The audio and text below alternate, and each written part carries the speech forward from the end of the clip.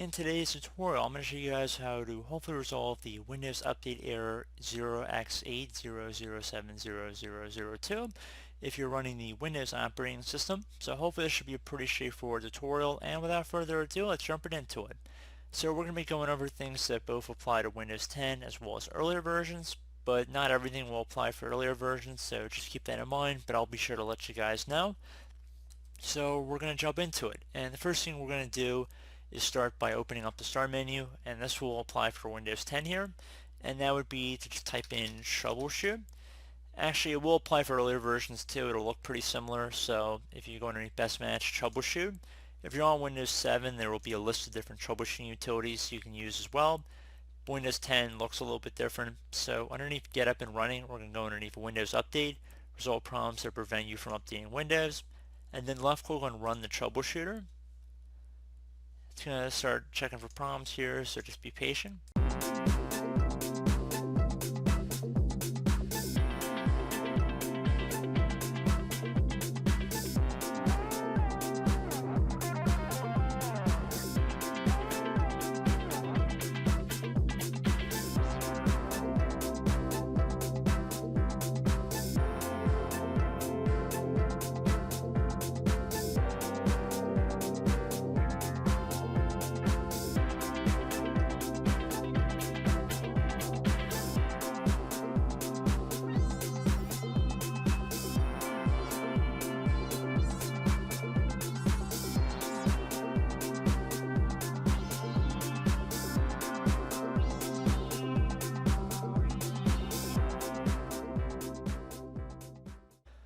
Okay, so it might say pending system changes that require a reboot has been detected. You have to restart the computer and then try and run Windows Update again. So I would suggest just left click on next if it finds anything else here.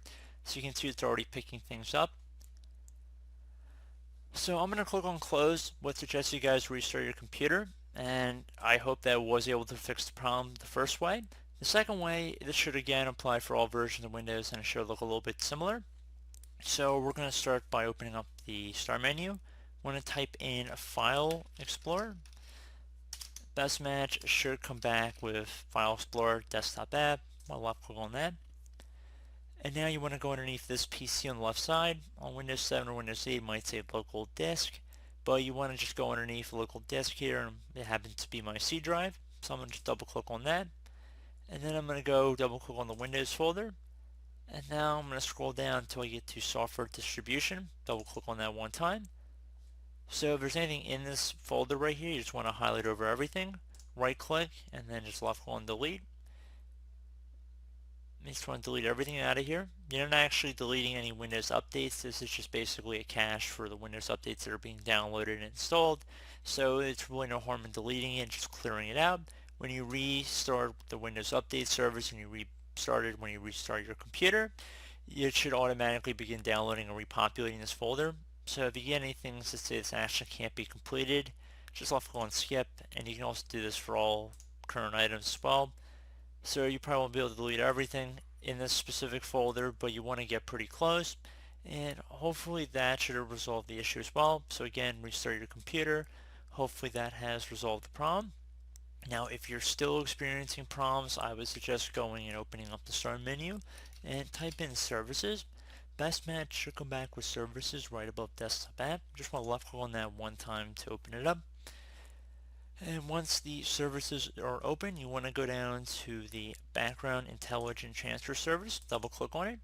You want to make sure startup type is set to automatic or automatic delayed start. And if it's stopped, you want to left click on the start button and then just left click on OK. You want to do the same thing for the, I just want to get down here, the cryptographic services. So double click on that. Again, startup type should be set to automatic. You want to make sure it's running as well. And then you also want to go down to the Windows Update service. So as the name implies. So I'm just going to go down looking for that. It shouldn't be too hard to find.